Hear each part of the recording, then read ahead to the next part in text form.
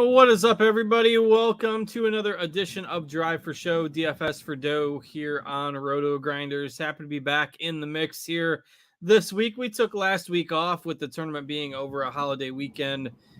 Pretty rough, obviously, field last week, as usual, for the John Deere Classic. So even though I like the event, it's just wasn't a week where it came together to do the live show last week with the holidays. But we're back after a week away.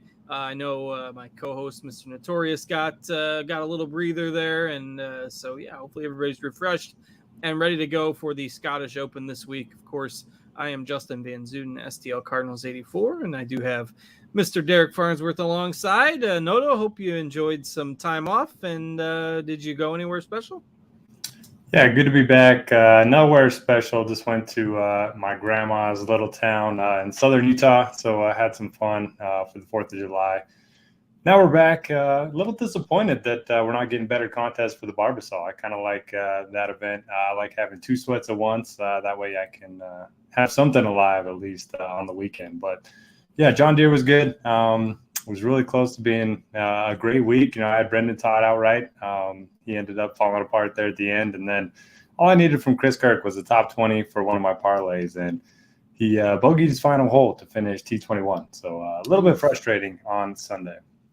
That's never fun when that happens, though. The 18th hole is one of the more difficult holes there at the John Deere. And it was really interesting because Sepp Straka made a double bogey there on 18 on Sunday. He was 11 under for his round, and he started the day in 14th place. So he was, there was like 6 groups behind him.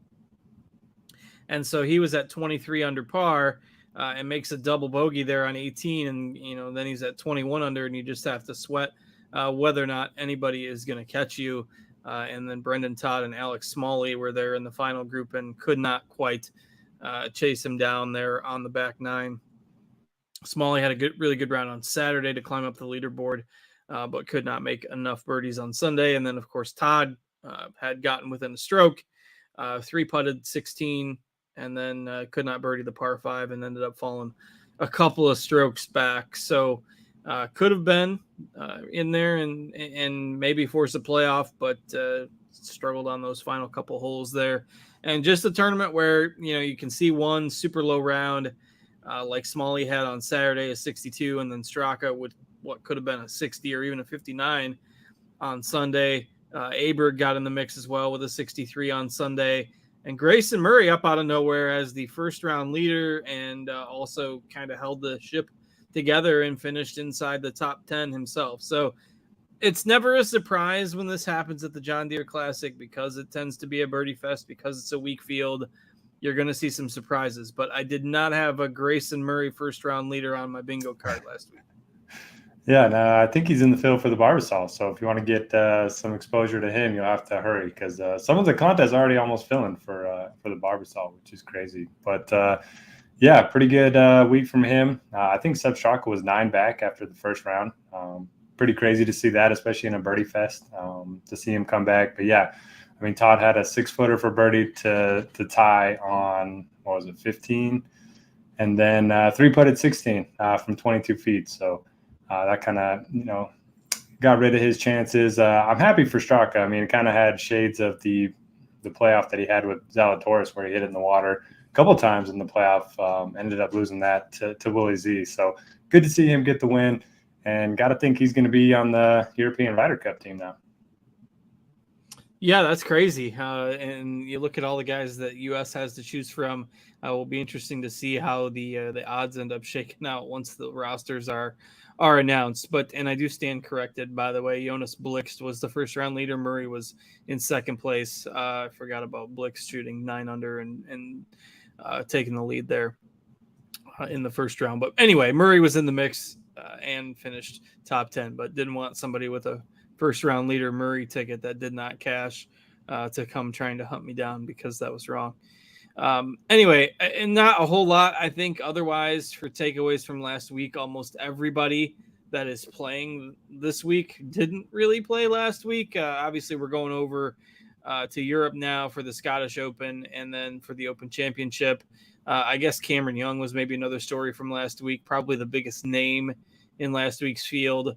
Lots of, bold takes one way or the other on him, and he did find a little something, though he faded a bit on the weekend. He was definitely the betting favorite heading into Saturday, where he shot even par and fell back a little bit. So anything else from last week's event that you want to pass along before we turn the page? It was another good week for the young guys. Ludwig Aberg with the big Sunday to finish T4. Peter Quest was up there, kind of fell apart on Sunday. And then William Meow, I'm not sure how to pronounce his last name just yet, but he was right up there with the leaders in terms of ball striking. I think he got some starts due to the PGA Tour U. It's fun seeing those young guys play well. Absolutely. And I put Peter Quest in my GPP article last week, so it was nice to see him playing well. And I believe that secured him a special temporary membership, I believe. So, yeah, it was nice to see. He's had a couple solid weeks in a row. So, all right, let's go ahead and turn the page, move forward to the Scottish Open this week. We've got a tournament that was held on the European Tour for a couple of years. Then starting last year, it became a co-sanctioned event between the DP World Tour and the PGA Tour, which makes sense now, particularly with the new strategic partnership or whatever the heck you want to call it. The event will be contested again here this year, heading into Open Championship week next week. This is, I believe, the fourth year that it will be played either on the Euro Tour or the PGA Tour at the same course, the Renaissance Club, which will be used again this year. So what do you got for talking points on the event and the course this week? So, yeah, we've actually had 4 years of course history so far, so this will be the 5th year that they've played it. It is not your classical links course. There's actually quite a bit of rough on the course, quite a few trees as well. So it's not going to play like your typical links course that you see in Scotland. And everything depends on the weather. In the calm conditions, we've seen it play nearly 2 strokes under par. When it gets windy and rainy, it definitely plays a lot easier. And based on the forecast that we've seen, at least right now, it looks like it's going to be a lot of rain leading up to the event. So we could see a lot softer course than we saw last year. It was pretty firm and fast when they did play it here last year. So I'm expecting better scores this time around. The fairway is pretty narrow, and they're tough to hit for everyone. I was looking at the driving accuracy was less than 50% for the field last year. Green regulation was less than 60%, but I do expect those numbers to go up if it is going to be a little bit softer. The greens feature fescue grass, a lot slower than we typically see on the PGA Tour, 7,000 square feet, so you're going to have to avoid 3 putts.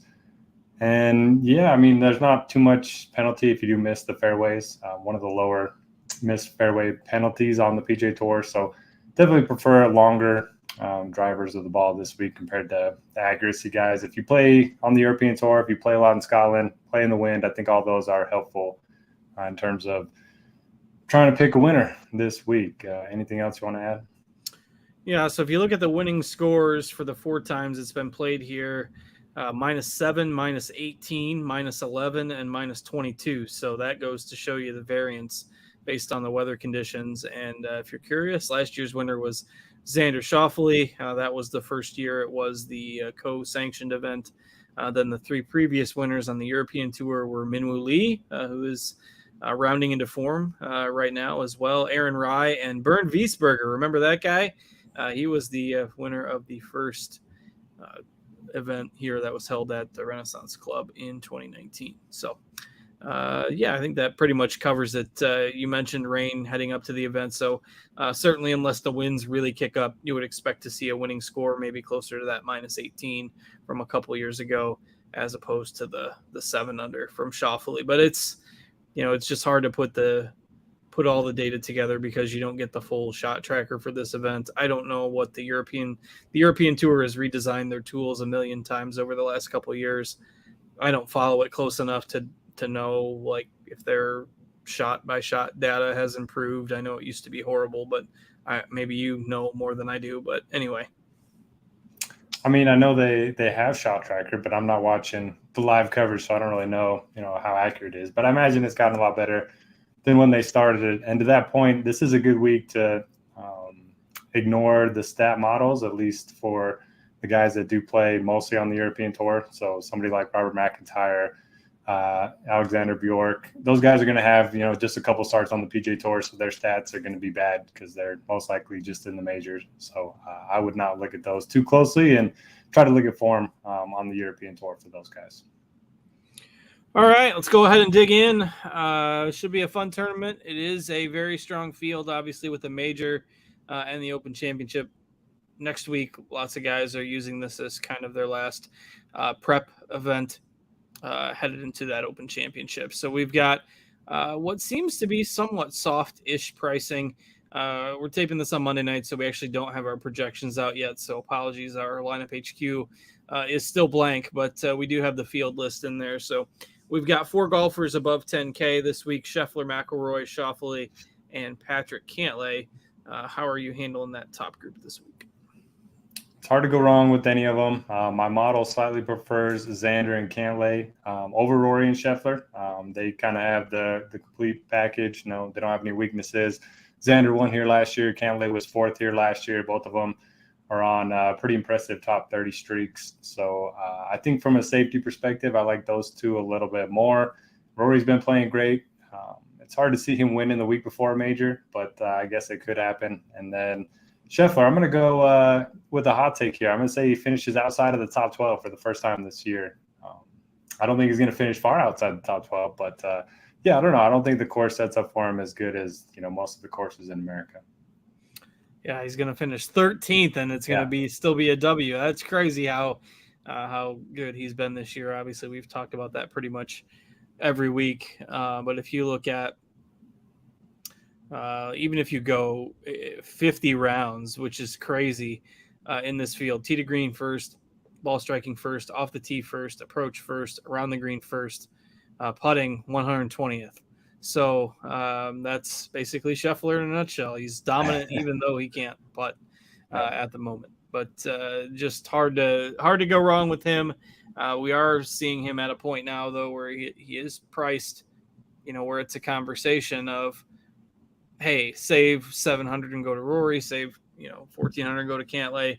Obviously, you can decide for all these guys are good golfers. You don't need us to tell you that, but if salary becomes a constraint, then if it was only $200 or $300 difference, and that's how DraftKings kind of used to price the top guys. There was always only $200-$300 difference between the top option and then the next guys. But now with Scheffler playing so well, he's got a pretty decent gap there. So I don't mind taking an underweight stance on him as well. And I will probably just take the discount with Cantlay or Xander, and you can certainly start lineups in the 9Ks too, and feel okay about it because, again, fairly deep field the week before a major. So as we get into the 9Ks, you've got Fitzpatrick, you've got Hovland, you've got Hatton, Ricky Fowler, obviously with his big run of form. It will be interesting to see how Fowler plays coming off a win.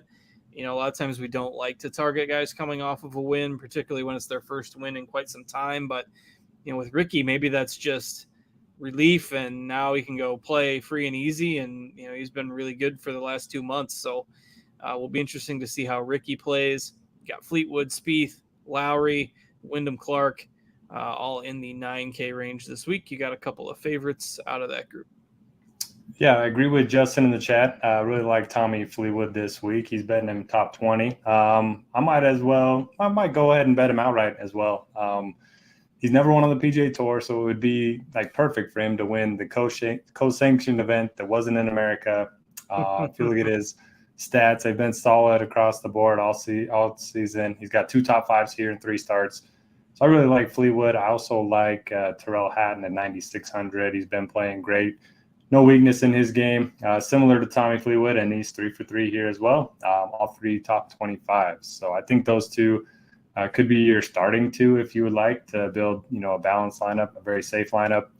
And I don't know what to do with Ricky. You made some good points about, maybe the win will just propel him forward. He's obviously had plenty of experience winning on the PGA Tour, and now that monkey's off his back, maybe he just keeps it going. He's won the Scottish Open before.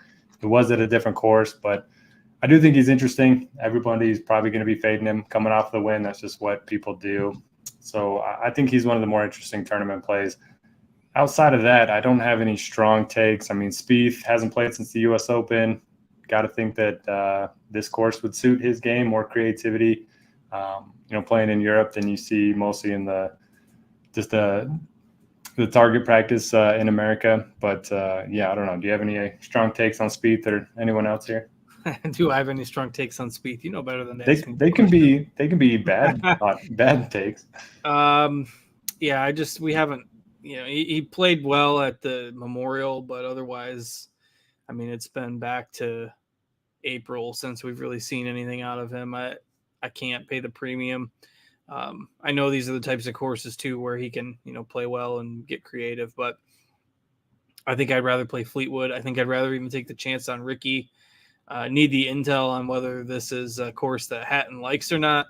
He tends to play over here quite a bit. So same for Fitz. If this is a course that Fitz grew up playing or went to with his family, then he's going to win.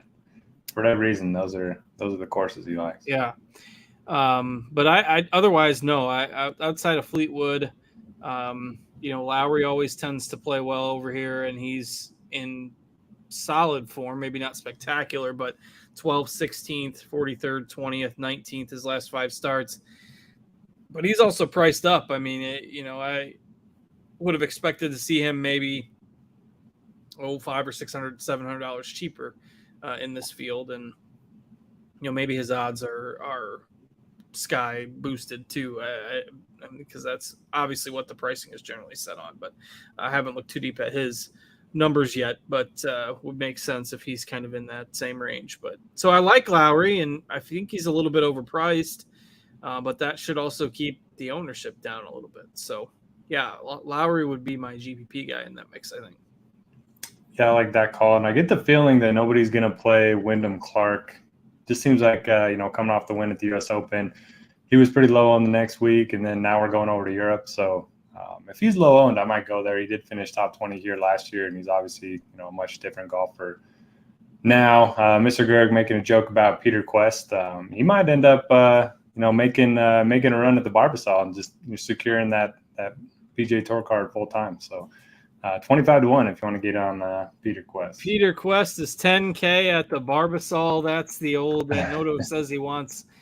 He wants bigger contests for the Barbasol because he enjoys the pain of trying to find a roster of 6 guys that you actually kind of like, and for that reason, I had to pull up the pricing. Oh, have you looked yet?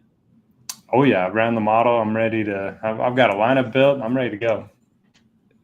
Lucas Glover at 10.3K, your most expensive golfer on the board. It's an interesting fill. Boy, look at some of these names. I haven't heard of some of these guys in forever. I brought up Wiesberger earlier. Maybe he's playing in the Barbasol. Interesting. I've got myself sidetracked scrolling through the Barbasol field. The guy that's number 6 in my model, Marcus Hellig Killed. Don't know who he is. Model likes him. Good luck, bon voyage to those playing the Barbasol contests. I'm going to need about 5 hours of prep time if you want me to put anything across on that right now on Monday evening. We'll stick to the guys we know here. And I think the 8K range, I mean, if the balanced build does have some appeal, I think, this week, because the 9K range is a little hit or miss. I think Minwoo Lee is going to gain a lot of steam as a past champion on this course, rounding into good form. He's 8,900. You've got Justin Rose having a strong year playing, in Europe. You've got Tom Kim. You've got Sung Jae Im. You've got Justin Thomas now down. The mighty have fallen toward Justin Thomas now is 8,300 and just looks completely lost on the golf course. Aberg coming off another strong week at 8,200. You've got Scott and Connors in here as well. So I think the 8K range is really, really interesting. And, with Minwoo Lee, 5th at the U.S. Open, 9th at the Travelers, went over and played the British Masters 2 weeks ago, finished 15th there. He won here in 2021. I think, we've talked about just the upside from him. And, yeah, he had a little bit of a hiccup there in the Masters and basically in April and May, but has rebounded really nicely since, and obviously has the history on this course. So I think Min Woo Lee is going to gain quite a bit of steam this week. Yeah, it's hard not to like him. He's one of the more volatile golfers, I would say, in this range. So if you do, play tournaments, he's a guy I would look at. But if he's going to be highly owned, I like to fade those volatile golfers. Justin Rose is my favorite guy in this range. He just recently played the British Masters, same with Min Woo. Finished fourth. He's been a top 10 machine all year. Plenty of experience in Europe. So I like Rose quite a bit. Then you mentioned, JT being lost on the course. He also looked lost at Wimbledon. I don't know if you saw those pictures. He looked like he didn't know where he was. Everyone was making jokes about the weed gummies hitting a little too hard for JT. I did not see that. Yeah, him, Spieth, and Ricky, they all dressed up. They look pretty good. Although Spieth didn't seem to find an iron. His suit was pretty wrinkled. That was the other joke going around Twitter. But yeah, he's one of the more interesting decision points. I mean, he's got 2 top 10s here.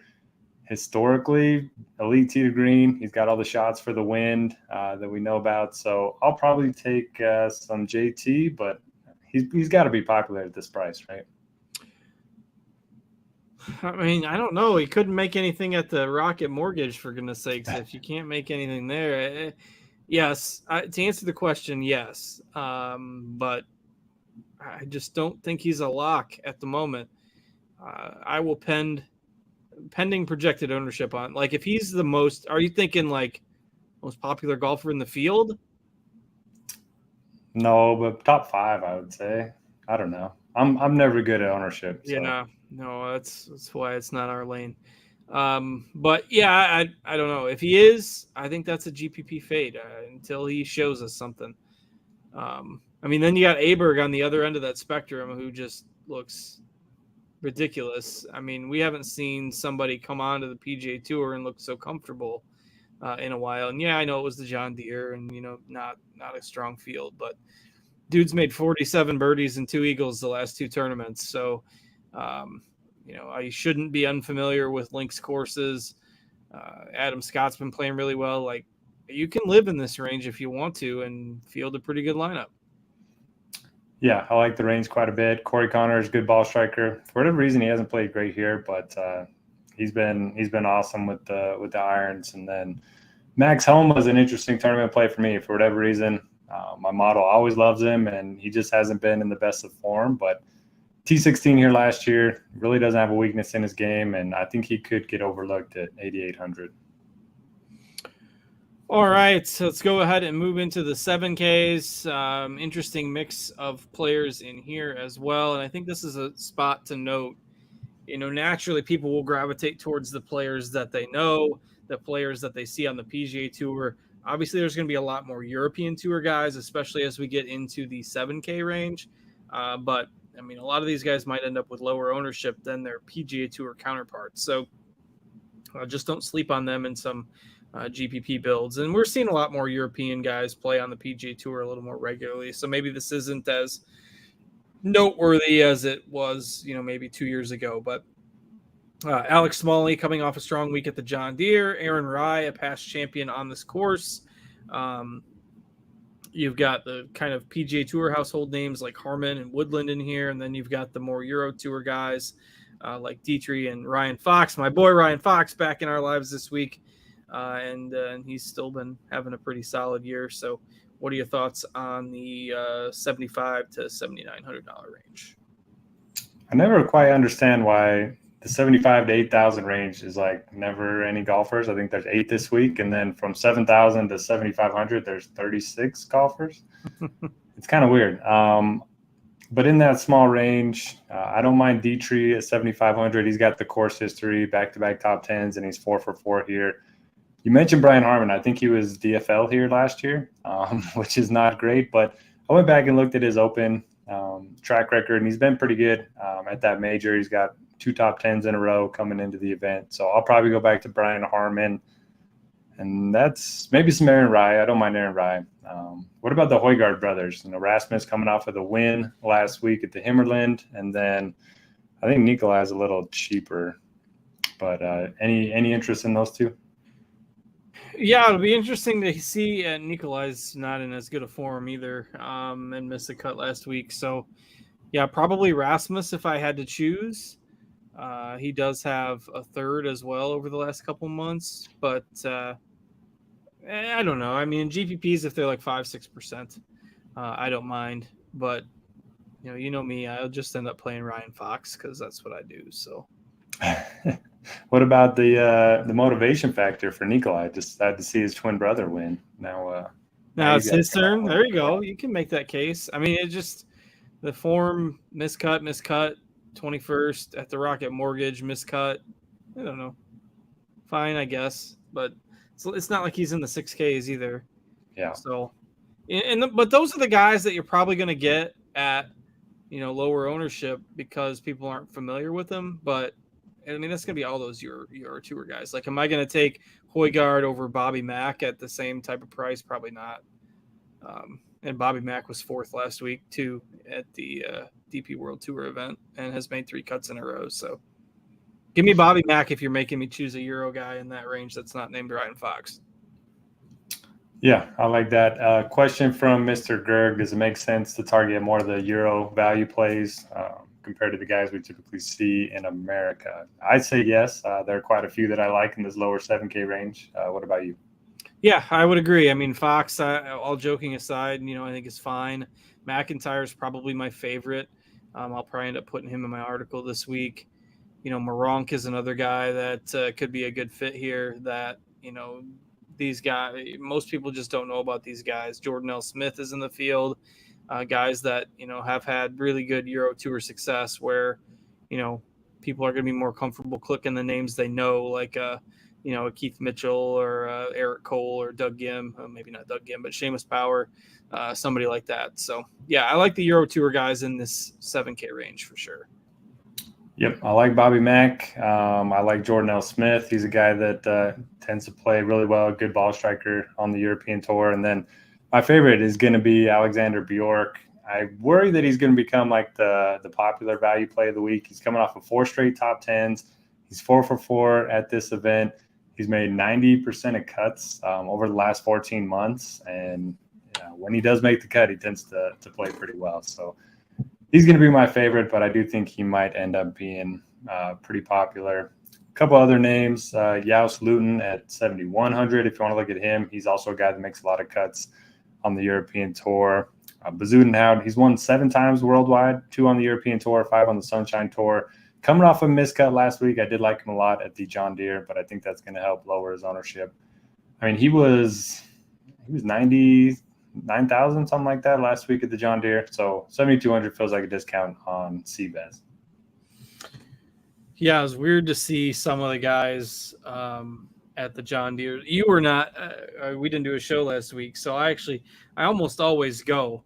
But on the Monday, the 3rd, and so the day before the 4th of July, we got our oldest son. We rented a water slide / bouncy house thing for our kids. It was our oldest 13th birthday. So, and I mean, these things are bigger than you'd expect. And so it was like 20 or 25 feet. And then you get, the hose running on it and stuff. And I mean, of course, with it being the 4th of July and stuff, all the adults wanted to, take part in the water slide fun as well. And man, when you got a little more weight on you and you're, flying, I had like a dry fit shirt on, so I'm flying down that water slide. And then, you hit the little ramp thing at the end and my feet would fly up in the air. Well, one trip down, my left foot bent the wrong way at the bottom. So I ended up with a broken big toe out of it. And so there was no walking around the John Deere Classic for me last week. So I was stuck watching on the featured groups, which was fine. But the weather was beautiful. Of course, it was probably the best weather we've had. It wasn't like 100 degrees for once, but you can have like a 3-hole stretch. Well, kind of like what happened to Todd on Sunday. But like Taylor Moore was inside the cut line and he was looking good. He was like 4 or 5 under. And then the 10th hole, which is a par 5, he hits his driveway left. And then he's still got like 200 yards for his third shot, hits that in the water, makes double bogey, and all of a sudden, boom, you go from being safe to, hey, the cut line's 3 or 4 under par, and now you're not going to make it. So I was bemoaning that, I guess, on the live feed instead of being there. But yeah, that was my story. How'd you break your toe? Nothing manly like, oh, I dropped a cement block on it or something. Nope, water slide, broken toe. So I mean, that was my fun over the holiday. I like that story better. And they can't do anything for a broken toe, right? Nope. So, and it wasn't displaced. Like, it wasn't like my toe was facing the wrong way. It was just the bone leading from the foot to the toe. And I sprained my ankle a little bit, but that wasn't as bad as the toe. So yeah, it's just, put a little piece of foam in between your toes and tape them together for about a week. And it hurt like heck to walk for about 6 days. And then it started like yesterday. I guess I could say I'm probably back up to like 75%. So still walking with a little limp, but, and it was, the kids had a blast. Like, when your kid gets to like, so how old is your son now? Almost 8. Yeah. So when he gets to like 10, 11, 12, like for a holiday or a birthday gathering with his friends and stuff, like the water slide daily rental, like they came over, they set it up.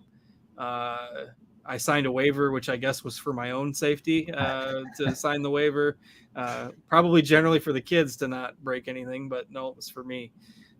They set it up, and you're good to go, and you get it for like 8 hours, and then they come, they take it down and take it away. I had to do zero work other than injuring myself. But the kids, man, it was like 5 hours up playing on that thing for the 8 hours that we had it. So it's a good, when they get to that like teenage age, they're just like difficult to start, buying things for. And so it was a good holiday / birthday thing until I hurt my toe. I was having fun too until I hurt myself. So, a good reminder that you aren't a kid anymore. Sometimes they'll slap you in the face. Anyway, back to the I got sidetracked there for a second, but I think we pretty much got through the 7K range. We like a lot of the Euro Tour guys in here. Anybody else above 7,000 that we didn't mention that you kind of like? Yeah, Mr. Gerg mentioned Ferguson, and first name Ewen. Is that Owen? Ewan? How would you pronounce that? Ewan? He's Scottish. He's got a couple top 10s in his last 5 starts. I don't mind that call. And then if you want to play the Ryder Cup angle, Yannick Paul has a chance to play himself onto it. So if he had a big week this week, that could really propel him up those standings. He's been playing well all year. He is at 7,100. And I just had to note this. He's been terrible all year. But Eric Van Rooyen, I was perusing scoresandodds.com, the betting board. He's 1,500 to 1 to win this event. Well, bad year confirmed then. That's he hasn't made a cut since the Mexico Open. That's 6x anyone else priced around him on DraftKings. That's kind of strange. But miscut times 7 in a row on his ledger. But still, that's pretty big odds. Yeah. Throw anyway, I'm not playing him, but yeah. Put $1 on it. Who's that one guy you bet that one time? That's not narrowing it down very much because I do that all the time. But yeah, it was. I think it was back when Adam Svensson wasn't any good. It was probably something beyond that, but I did bet Adam Svensson at like 250 once, and he's gotten a lot better since. Yeah, see, now that looks good. Yeah, I was just early on the train, but I don't remember that. There's too many of those woeful $5 or $10 throwaways that I probably shouldn't have done. Lots of Happy Meals gone by the wayside. But all right, into the 6K range we go, which is going to be littered either with people that a lot of folks don't really know that much about, or guys that are struggling on the PGA Tour, like Horschel, Taylor Montgomery. These are guys that have kind of struggled of late, and I guess there's quite a few Euro Tour kind of strugglers in here as well. It's tough to go down here this week.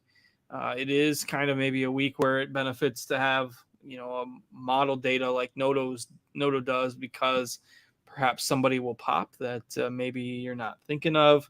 Marcel Siem was the one guy I noticed that has pretty good form on the DP World Tour right now at 6,600, 10th last week. He has a second in June. He was 23rd at the British Masters as well. So Siem at 6,600 was just the one guy that popped out to me in here. You got anybody in the 6Ks that pops out to you? Yeah, the model likes Gavin Green. He's been playing pretty well. He's played here 3 times. Miscut, 42nd miscut, but he's at least familiar with the course. One name that's just fun to say is Sally Valimaki. He is at 6,400. Made the cut here last year. Or sorry. Yeah, made the cut here last year, 224. Playing decently well. And then a couple of European or American guys. Dylan Wu, I mean, he was 20-some% owned last week, and now he's probably going to get overlooked. He's been playing well, kind of a guy that can get it done in all facets. He is 6,700.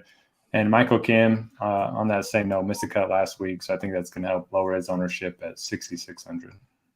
And Michael Kim having a really strong year, and he misses the cut at the tournament that he won when he couldn't do anything. Golf is a crazy game. But yeah, kind of like some of those names. How about I just noticed Jamie Donaldson's in the field here this week. He was a DFS thing once upon a time, but hadn't been making much noise for a couple of years. Doesn't have a ton of starts this year, but has made a couple of cuts in a row on the DP World Tour. So just some interesting names here that maybe you could consider if you are going full on punt, but there are a lot of names in the lower 7K range as well. All right. Well, it's been a couple weeks. You want to try to fire up a snake draft tonight? Yeah, let's do it. All right. We've kind of settled on the 6-man, I think, being the preferred route. Looks like there is a $5 6-man on DraftKings that doesn't have anybody in it right now. I'm going to be number 1.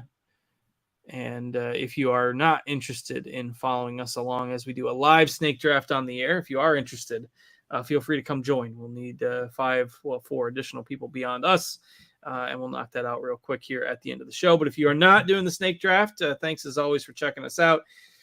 Leave us a thumbs up on the YouTube page. Subscribe to the channel. Helps us out very much, and appreciate you all watching. Check back next week for sure for the Open Championship. Should be a lot of fun next week. So thanks as always for those of you who are tuning out right now. Appreciate it. And we'll see you next week. For those of you sticking around, we've got 4 out of 6 entered into our snake draft now. So join in. 2 more spots to go. Noto, do you follow the NBA Summer League stuff at all? I followed Wemby, and that's about it. These games are like, they got a lot more teams using like rotation pieces this year, and these games are so much higher scoring. I think I only know this because we were talking about it on the XM show the other night.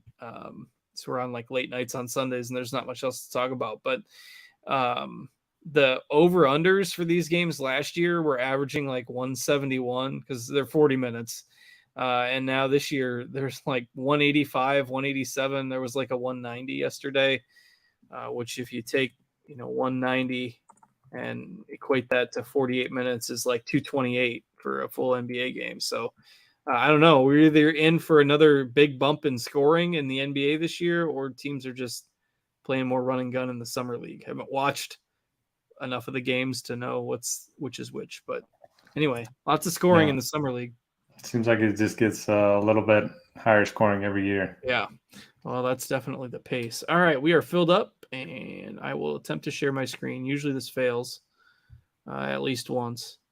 It didn't this time. How about that? Jeff Wilson, what's up? How you doing? In the chat. Jeff Wilson Jr., hopefully.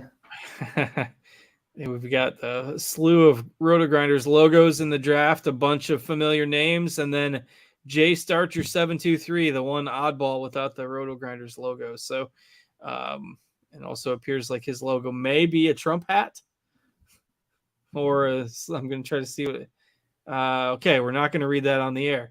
Apologies for assuming that's live. That's live TV / media for you. Okay, yeah. There you go. Yeah, That's a good hat. that's a good hat. All right. Now we start in 45 seconds, and I've got the first pick, so I'll get Scheffler for once. Yes, snake draft is filled, and we'll start soon. This is usually what You're gonna take T13 Scheffler? I've never gotten Scheffler. I don't think in one of these. Like it would be foolish for me not.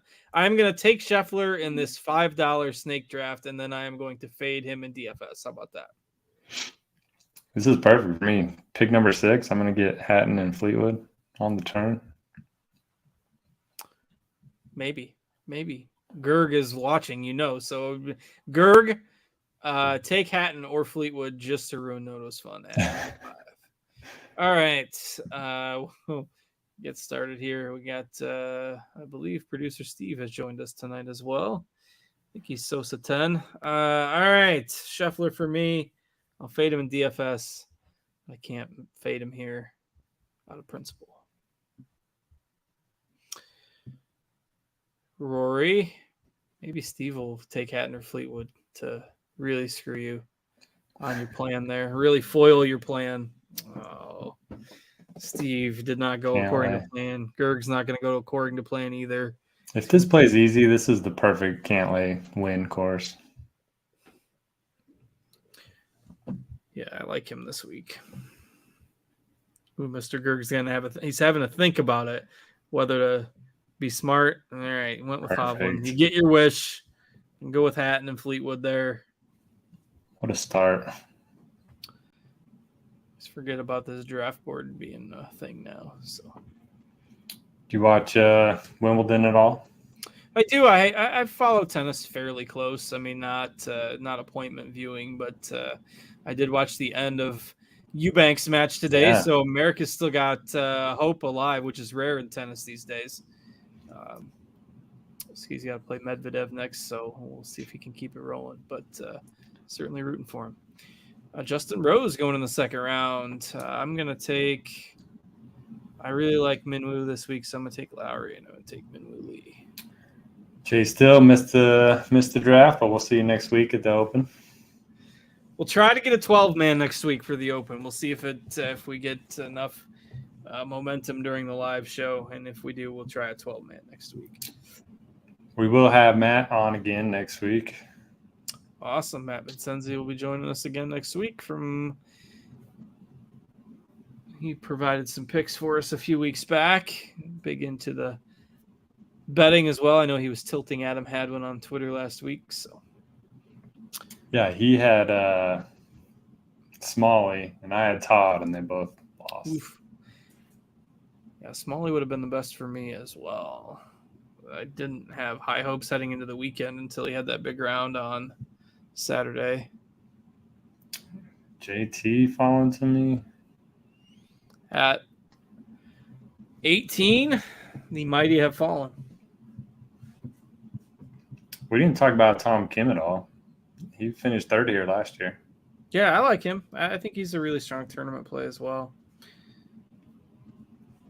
Remember that this course has hosted 4 years. You just have 1 year of the co-sanctioned event, but if you have guys that maybe played it on the Euro Tour, you can go back 4 years and get some data. All right, Sung J M. Dietrich. I mean, I'm telling you, Tom Kim, I'll take him if he makes it back to me here, and I'm up next, so I will definitely take him next if he's there. And Sam Burns. Nobody ever plays Sam Burns anymore. Aaron Rye. All right. I will take Tom Kim. How's Sam Burns been doing? It's been all right. Yeah, hit or miss. But definitely will be a week where nobody plays him. I think he's okay in this kind of format. Frankly, I think almost everybody else is reaching at this point for me, unless I take one of the Højgaards. Yeah, we'll take Rasmus here too, maybe. I like Rasmus a little better than Sam Burns, I think. And I probably won't end up playing him in DFS either. Though I will be playing Lowry and Minwoo Lee, so I can't just call this a team that I'm fading in DFS. So it's a hybrid. You pull up Bjork's game log. Dude's been a machine. Bjork. There you go. 6.984. That's pretty good. Yeah, That's and then Scheffler like. as long as it goes, nothing worse than a T20. Oh, there's a T42. That's his worst in like 13 starts. And that's all the way back in February. So. All right, I better take him. Oh wait, did somebody just pick him? Oh no, there he is. Okay, Bjork. My guy Brian Harmon. Couple of opposite level picks there. Oh man, who just took Ryan Fox? I was gonna say I'll save Fox for you. Gerg took Ryan Fox. He didn't listen to me and snipe your guy a couple rounds ago, and then he takes Ryan Fox. It's very rude. Get some guys in my queue here so that I'm not scrambling in a couple picks. This is the range where I will definitely go with some of the Euro Tour guys. Assuming our hat-loving friend doesn't take my pick, I will take Moronk, and I will take Smith. And we're into the final round. Also like Alex Noren this week. He's been playing better, finally.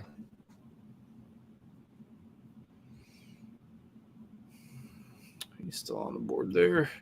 9th at the Rocket Mortgage, 12th in his last DP World Tour start. Back to the draft board here, and we'll be rounding it out. So Scheffler, Lowry, Minwoo Lee, Tom Kim, Rasmus Højgaard, and Moronk for me. There goes Keith Mitchell. There goes Doug Gim getting drafted. He's playing a little better of late.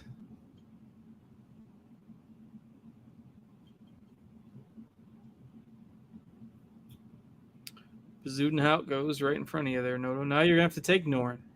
Got him. All right. Hatton, Fleetwood, Thomas, Scott, York, Harmon, and Noren for Noto. And, yeah, that'll do it for our snake draft for this week. So we are ready to wrap it up. Should be a fun week of golf. A nice little appetizer in front of the Open Championship next week. So we'll stick with the same date and time. So Monday night, next Monday, 7:30 Eastern, if you want to watch it live. We'll stick with that next week and then try to do a 12-man snake draft. So if you maybe didn't catch us live this week and you're catching us on replay and you want to join the snake draft, get in next week. So for Noto, we'll wrap it up this week. I'm Justin. Thanks to Steve for producing behind the scenes for us as well. Even though he's kind of on a little vacation right now, we appreciate him taking time out of his busy schedule to produce for us. And it'll be a pretty quiet next few days with MLB on the All-Star break. So enjoy some golf. Thanks to Noto. I'm Justin. Have a great week, everybody. We will see you later.